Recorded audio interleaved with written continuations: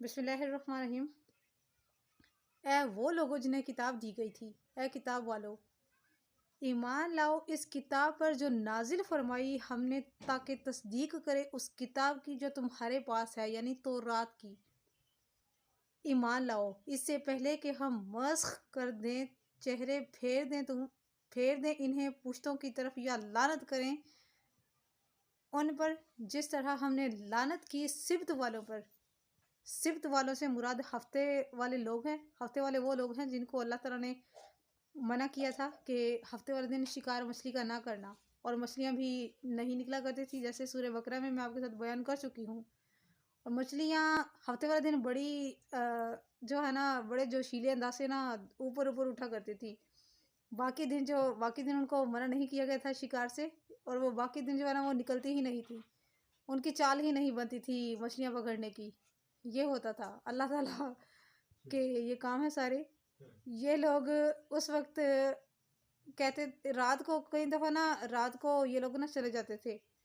اور جب اللہ تعالیٰ کی طرف سے ان کے لیے وحی نازل ہوتی، حکم نازل ہوتا، تو یہ لوگ کہتے کہ اللہ نے ہمیں ہفتے کے دن شکار کرنے سے منع کیا ہے، شام کو منع نہیں کیا یا رات کو منع نہیں کیا۔ پھر یہ بیمار ہو گئے تھے، اور پھر ان کو اللہ تعالیٰ نے وہ گندے پانی کے ساتھ غسل کرنے کی ان کو خارش ہو گئی تھی، کھجلی پڑ گئی تھی ان کو۔ اللہ تعالیٰ نے ان کو کہا کہ اب جو تم نے ظلم کیا ہے وہ تمہیں بھگتنا تو پڑے گا،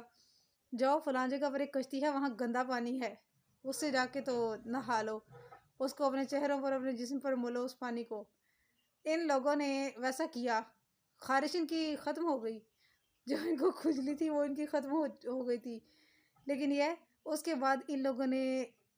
کہا کہ ہم لوگ رات کو جب سورج بالکل سامنے نہیں ہوگا، سورج بالکل جب ڈوب جائے گا، سامنے نہیں ہوگا، چاند نکل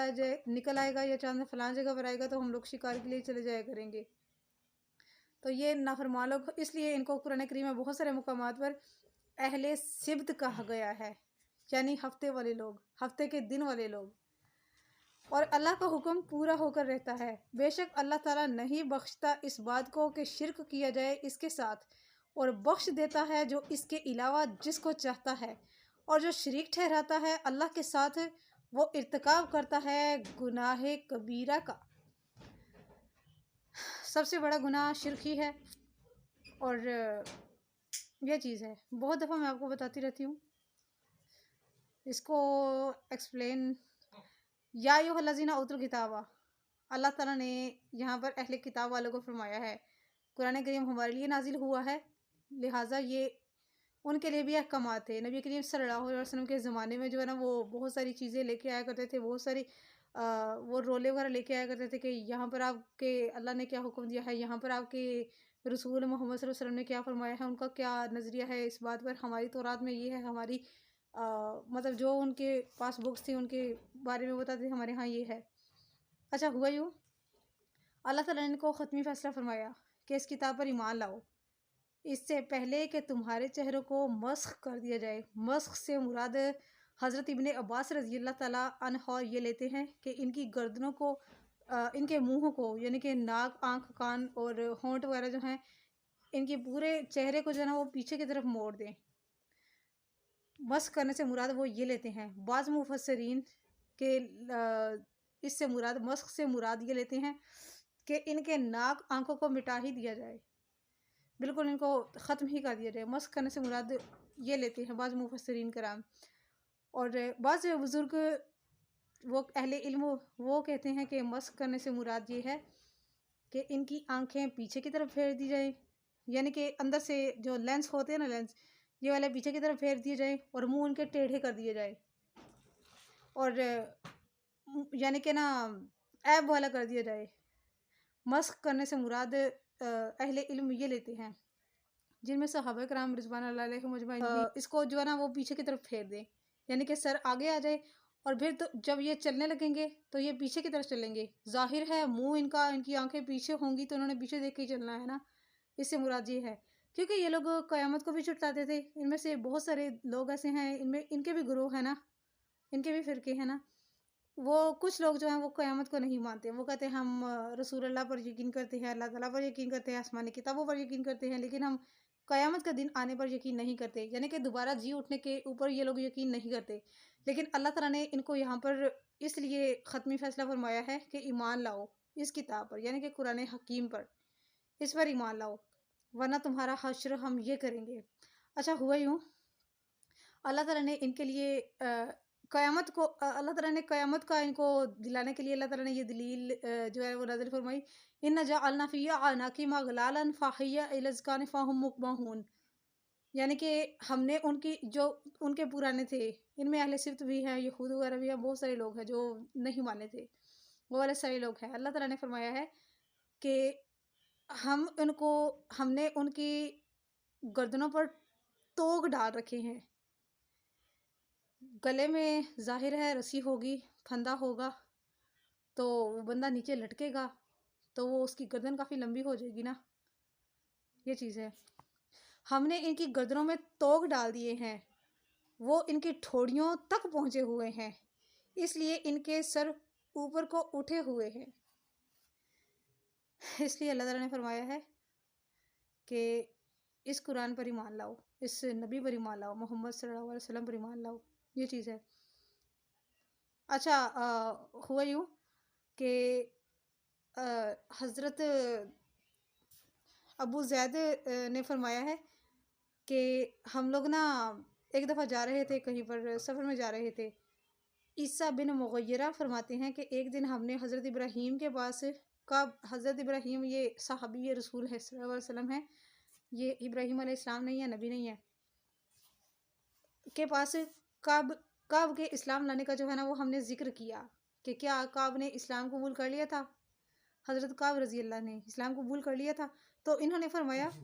کہ وہ حضرت عمر فاروق رضی اللہ کے دور میں مسلمان ہو چکے تھے، وہ اس لیے ہو چکے تھے کہ یہ لوگ جا رہے تھے دونوں کہیں پر، تو بیت المقدس جا رہے تھے دونوں، مدینہ پاک سے گزرے تو سیدنا فاروق اعظم رضی اللہ نے ان کو اسلام کی دعوت دی، سیدنا فاروق اعظم نے ان کو اسلام کی دعوت دی، تو انہوں نے آگے سے رپلائی پتہ کیا کیا ہے، انہوں نے سورت جمعہ کی ایک آیت تلاوت کی، وہ اس نے کعب رضی اللہ نے انہوں نے تلاوت کی اور کہا کہ میں اس کتاب پر کیوں کر ایمان لے آؤں، یعنی کہ قرآن حکیم پر، نعوذ باللہ میں اس قرآن پر ایمان کیوں لے آؤں، اگر میں نے ایمان لانا ہوتا یا آپ کے جو لوگ ایمان لے کے آ چکے ہیں ان کی مثال یہ والی آیت ہے جس کا میں ترجمہ آپ کے ساتھ ابھی بیان کرنے لگی ہوں، ان کی مثل جنہیں تورات کا حامل بنایا گیا تھا، پھر انہوں نے اس کا بار نہ اٹھایا، یعنی کہ اس کا بوجھ، کتاب کا تورات کا بوجھ نہ اٹھا سکے، تو ان کی مثال اس گدھے کی سی ہے جس نے کتابیں اٹھا رکھی ہیں، اور میں بھی تو انہی لوگوں میں سے ہوں جن کو حامل تورات بنایا گیا ہے۔ یعنی اللہ تعالیٰ کی اس آیت مبارکہ سے ہم اگر مطلب نکالیں، اس کی ڈیپ میں جائیں، ہم لوگ گہرائی میں جائیں، تو یہ نکلتا ہے کہ خالی علم حاصل کرنے کا فائدہ نہیں ہے، خالی کتابیں کندھوں پر لاد لینا اور ڈگریز لے لینا، یہ سارا کچھ علم، یہ سب کچھ نا بیکار آپ کہہ سکتے ہیں، کیونکہ جب آپ عامل نہیں ہوں گے، آپ عمل نہیں کریں گے تو اس علم کا کوئی فائدہ ہی نہیں ہے۔ آپ نے کتابوں کا بوجھ اٹھا کے آپ لوگ 12 14 16 سال آپ لوگ ویسٹ کرتے ہیں، لیکن آپ کرتے کیا ہیں، آپ صرف ذریعہ معاش تلاش کرتے ہیں، اور آپ اس کو پڑھ کے تو پس پشت ڈال دیتے ہیں، اس کو پینڈنگ رکھ دیتے ہیں، بس پڑھ لیا ہے، کلمہ پڑھ لیا ہے، مسلمان ہو گئے ہیں، آیا نماز ادا کر لی ہے، نماز پڑھ لی ہے، روزے رکھ لیے ہیں، ایک مہینہ آتا ہے رمضان کا، اسی میں آپ نے نمازیں ساری پڑھ لی، اسی میں آپ نے تلاوت کر لی، اسی میں آپ نے نمازیں پڑھ لی، اس کے علاوہ کچھ بھی نہیں ہے، اس کے علاوہ کوئی اور اپنے علم حاصل کیا اس کو یوز بھی کریں، اس کو استعمال کریں۔ استعمال کرنے سے مراد یہ کہ نماز فرض ہے نا، جس طرح کتنے 3 4 دن سے میں آپ کو ایکسپلین کر رہی ہوں کہ نماز کسی صورت میں منع نہیں ہے، ان لوگوں کو دیکھ کے میرے رونگٹے کھڑے ہو جاتے ہیں جو لوگ رمضان میں الحمدللہ ماشاءاللہ اللہ کریم سب کو توفیق دے، اس مہینے میں ہی دے لیکن دے صحیح، تو پڑھنی چاہیے، لگاتار پڑھنی چاہیے نماز، کیونکہ اس کا کوئی کفارہ نہیں ہے، روزوں کا کفارہ ہے، ہر چیز کا ہے، صرف نماز کا نہیں ہے، نماز کم سے کم انسان کو جو ہے نا وہ نہیں چھوڑنی چاہیے، یہ چیز ہے۔ تو آپ دیکھ لیں کہ اللہ تعالیٰ نے ان لوگوں کی مثال کیا بیان کی ہے کہ جن لوگوں نے علم حاصل کر لیا اس پر وہ عمل نہیں کیا، اس کو اگر اللہ تعالیٰ کے ایک چھوٹا سی حکم آپ نے سن لیا، اس کو آگے فارورڈ نہیں کیا تو آپ کا حساب وہی والا ہے، نہیں سوری آپ کا نہیں، یعنی کہ ہمارا حساب وہی والا ان گدھوں کا ہے جن کا ذکر اللہ تعالیٰ نے سورۃ جمعہ میں کیا ہے۔ ہاں، سورۃ جمعہ کی آیت نمبر 5 ہے، اللہ تعالیٰ نے سورۃ جمعہ میں ان کا ذکر کیا ہے کہ جنہوں نے علم حاصل کر لیا، جنہوں نے بوجھ اپنا اٹھا لیا کتابوں کا پیٹھوں پر، مثال اس گدھے کی سی ہے۔ دیکھیں کہ کیا مثال ہے اور کیا ہمیں وہ مل رہا ہے ہمارے لیے، اللہ تعالیٰ نے کیا وہ لفظ یہ چیز ہے کہ ہماری مثال اس گدھے کی سی ہے جس نے بوجھ لادا ہوا ہو۔ ٹیچر مارتے ہیں، سٹک مارتے ہیں، چھڑی مارتے ہیں کہ چل آگے چل آگے چل، تو وہ گدھا جو ہے وہ آگے چلنے لگتا ہے، اس نے بوجھ اٹھایا ہوا ہوتا ہے، اس نے صرف مالک کا جو ہے نا وہ فرما بردار رہنا ہوتا ہے۔ مالک اس طرف موڑے گا تو وہ اس طرف مڑ جائے گا، اور ورنہ وہ سیدھا چلتا رہے گا گدھا، وہ بوجھ اٹھا کے سیدھا چلتا رہے گا۔ ظاہر ہے کوئی گائیڈ کرنے والا نہیں ہوگا تو وہ کیا کرے گا؟ لہٰذا قرآن کریم میں سب کچھ ہے۔ میں اپنی کوشش انشاءاللہ تعالیٰ کیے جا رہی ہوں تاکہ ان سب کا بھی جو جزا ہے، ان سب کا جو ثواب ہے وہ میرے پیرنٹس کو ہی ملے۔ باقی وَمَا عَلَيْنَا إِلَّا الْبَلَاغُ الْمُبِينُ، کوئی مانے نہ مانے اس کی اپنی ہے، ہمارا کام تو صرف پہنچا دینا ہے۔ انشاءاللہ تعالیٰ میں بھی بہت عمل کر رہی ہوں جتنی اللہ تعالیٰ نے توفیق عطا فرمائی ہے۔ کوشش ہے مجھ سے کوئی بندہ ایک لفظ ایک حکم سن کر بھی نہ اس کو مان لینا تو میرا حق ادا ہو جائے گا، اس لیے کوشش کیے جا رہے ہیں۔ دوسری اچھا وہ میں کعب کا وہ بتا رہی تھی آپ کو، تو کعب نے کہا کہ ہماری نا مثال، میں بھی انہی لوگوں میں سے ہوں، یعنی کہ ہم ان گدھوں کے طرح بوجھ اٹھائے ہوئے ہیں، تو کتاب ہمیں بھی ملی ہوئی ہے، یہ چیز ہے۔ تو سیدنا فاروق اعظم رضی اللہ نے ان کو چھوڑ دیا، ان کے ساتھ دوبارہ بات نہیں کی کہ اسلام لاؤ یا نہ لاؤ یا کیوں نہیں لاتے وغیرہ وغیرہ، انہوں نے کچھ نہیں کہا۔ جب وہ حمص پہنچے، حمص میں ہے میم سواد، جب وہ حمص پہنچے وہاں ایک شخص کو آیت یہ والی یا ایھا الذین اوتوا الکتاب یہ والی آیت پڑھتے ہوئے سنا تو وہ حضرت کعب رضی اللہ ڈر گئے، کہنے لگے کہ ایسا نہ ہو کہ ہمارے چہرے بگڑ جائے، تو وہ یہ سن کر یہ سوچ کر وہ ایمان لے آئے، انہوں نے اسلام قبول کر لیا۔ ایک دوسری روایت میں ان کے اسلام لانے کا جو واقعہ بیان ہے وہ یہ ہے کہ ایک ان کے استاد ابو مسلم جلیلی ان کو ملامت کیا کرتے تھے کہ کیا تم اسلام لے آئے ہو، کیونکہ ان کے واقعی اہل خانہ، یعنی کہ اہل خانہ تو نہیں، جو ان کے جو باقی رشتہ دار وغیرہ تھے نا وہ اسلام لا چکے تھے، تو انہوں نے نا ان کو اس نے نا جلالی نے نا بھیجا ان کو کہ جا کے پتہ کر کے آؤ، تو حضرت کعب رضی اللہ کو ہی بھیجا اور کہا کہ دیکھو کیا یہ وہی نبی ہے جس کے اوصاف جو ہیں وہ ہماری کتاب میں موجود ہیں۔ تو یہ حضرت کعب رضی اللہ فرماتے ہیں کہ جب میں مدینہ پہنچا تو ایک قاری کو قرآن کریم کی یہ آیت کریمہ تلاوت کرتے ہوئے سنا، میں نے فوراً غسل کا بندوبست کیا، پانی کا ارینج کیا، میں نے غسل کیا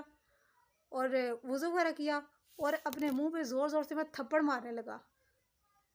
اپنے آپ کو میں تھپڑ مارنے لگا اور پھر میں مسلمان ہو گیا، میں نے اسلام قبول کر لیا۔ یہ ان کا جو ہے نا وہ ہے، او نلعنہم کما لعنا اصحاب السبت، یعنی اصحاب السبت سے مراد وہی لوگ ہیں ہفتے والے، جو میں نے آپ کو بھی ایکسپلین کر دیا ہے، سورۃ بقرہ میں بھی میں نے بھی کمپلیٹ کی ہوئی ہے اس کی، کیونکہ ان کو جب منع کیا گیا تھا ہفتے کے دن سے، پھر ان کو بندر اور خنزیر بنا دیا گیا تھا۔ وَقَانَ أَمْرُ اللَّهِ مَفْعُولًا، کہ اللہ کا جو ارادہ ہے وہ اللہ کا حکم ہے جو وہ پورا ہو کر رہنے والا ہے، یقیناً اس کا کوئی انکار نہیں کر سکتا۔ اس کے بعد اللہ تعالیٰ نے فرمایا ہے کہ وہ اپنے ساتھ شرک کرنے والے کو کبھی معاف نہیں کرتا،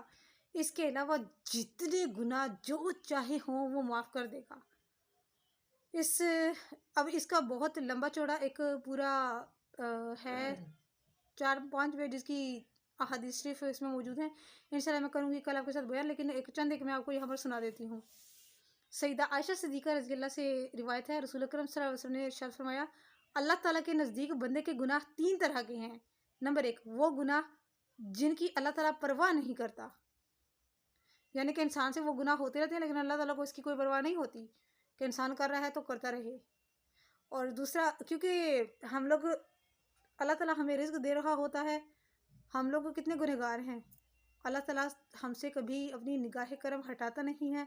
اللہ تعالیٰ مہربان ہے، غفور الرحیم ہے، کریم ہے۔ اللہ تعالیٰ اپنی ان صفات کے وسیلے سے ہمارا رزق نہیں روکتا، ہمیں تندرست رکھتا ہے اللہ پاک، الحمدللہ رب العالمین۔ دوسرا، وہ گناہ جن سے اللہ تعالیٰ کسی چیز کو نہیں چھوڑتا، یعنی کہ اس کی گرفت لازمی ہے۔ تیسرا، وہ گناہ جن کو اللہ تعالیٰ کبھی معاف نہیں فرماتا۔ تیسری قسم سے مراد شرک ہے، یعنی کہ یہ کبھی معاف نہیں ہو سکتا، کیونکہ قرآن کریم میں سب سے زیادہ ذکر ہی شرک کا آیا ہے، اور اس کے ساتھ بعد میں والدین کا آیا ہے، یہ چیز ہے۔ اور جو پہلی قسم ہے نا، اس سے مراد یعنی کہ اللہ تعالیٰ ان گناہوں کی پرواہ نہیں کرتا، ان گناہوں میں نماز، روزہ وغیرہ چھوڑ دینا ہے۔ لیکن اب اس کا مطلب یہ بھی نہیں ہے کہ آپ چھوڑ ہی دیں، یا اللہ نہ کرے میں چھوڑ دوں، اس سے مراد یہ بھی نہیں ہے۔ اللہ تعالیٰ فرماتا ہے کہ اس کے علاوہ میں جو چاہوں میں معاف کر دوں گا۔ دوسرا، جو دوسری قسم کا گناہ تھا وہ یہ ہے کہ اس سے مراد بندوں کا ایک دوسرے پر ظلم کرنا ہے، اس کا بدلہ اور قصاص ضروری ہوگا۔ حضرت انس بن مالک رضی اللہ فرماتے ہیں، 3 گناہوں کی جو ہے نا وہ مین نشانیاں یہ ہیں: نمبر 1 شرک، نمبر 2 انسانوں پر ظلم کرنا، نمبر 3 ظلم کیا ہوا جو ہے نا وہ اس کا کوئی بدلہ نہ دے، یعنی کہ اللہ نہ کرے میں نے کسی پر ظلم کیا ہے تو میں اسے وہ نہ کروں، معذرت نہ کروں، یا میں اس کے آگے سرنڈر نہ کر دوں، یہ چیز ہے۔ حدیث قدسی ہے، حضرت ابو ذر رضی اللہ تعالیٰ عنہ بیان فرماتے ہیں، رسول اکرم صلی اللہ علیہ وسلم نے فرمایا، جب تک میرے بندے میری عبادت کرتے رہیں گے اور میرے ساتھ اپنی امیدیں وابستہ رکھیں گے تو میں ان کی خطاؤں کو معاف کر دوں گا، کرتا رہوں گا۔ اے میرے بندے، اگر تو میرے پاس زمین بھر خطائیں لے کر آئے گا اور شرک نہ کیا ہوگا تو میں تجھے زمین بھر مغفرت عطا کروں گا۔ ابو ذر غفاری بیان کرتے ہیں، رسول اکرم صلی اللہ علیہ وسلم نے ارشاد فرمایا کہ جس بندے نے لا الہ الا اللہ کہا اور پھر اس پر اسی کا انتقال ہو گیا اور وہ جنت میں داخل ہوگا۔ میں نے عرض کی، خواہ اس نے زنا یا چوری کی ہو؟ نبی کریم صلی اللہ علیہ وسلم نے فرمایا ہاں۔ دوسری دفعہ پھر پوچھا، پھر فرمایا ہاں۔ تیسری دفعہ پھر فرمایا ہاں، جی ہاں۔ چوتھی دفعہ پھر پوچھا ابو ذر رضی اللہ نے کہ یا رسول اللہ تعالیٰ معاف کر دے گا اس کو خواہ اس نے زنا یا چوری کی ہو؟ نبی کریم صلی اللہ علیہ وسلم نے فرمایا، چوتھی مرتبہ فرمایا، ابو ذر کی ناک خاک آلود ہو۔ یہ سن کر ابو ذر اپنی چادر گھسیٹتے ہوئے وہاں سے باہر آ گئے، اور یہ جو ہے نا یہ الفاظ دہراتے آ رہے تھے، اگرچہ ابو ذر کی ناک خاک آلود ہو، کہ اللہ تعالیٰ اس کے گناہ، زنا، چوری وغیرہ سب کچھ معاف کر دے گا اگر اس نے شرک نہ کیا ہوگا۔ تو یہ بار بار منہ چادر جو ہے نا وہ جھاڑتے ہوئے نا آ رہے تھے کہ اگرچہ ابو ذر کی ناک خاک آلود ہو، اللہ تعالیٰ جس نے اس کو معاف کر دے گا، جنت میں داخل کرے گا جس نے شرک نہ کیا ہو، یہ چیز ہے۔ کل انشاءاللہ میں کروں گی آپ کے ساتھ باقی آیات، وہ بھی اسی طرح کی انٹرسٹنگ ہے۔ اور ابو ذر جب کسی کو یہ حدیث سناتے تھے نا تو اسی طرح فرماتے تھے، ابو ذر کی خاک ناک آلود ہو۔ ویڈیو برائے مہربانی صدقے جاریہ کی نیت سے شیئر کیجیے گا۔ جزاک اللہ خیر۔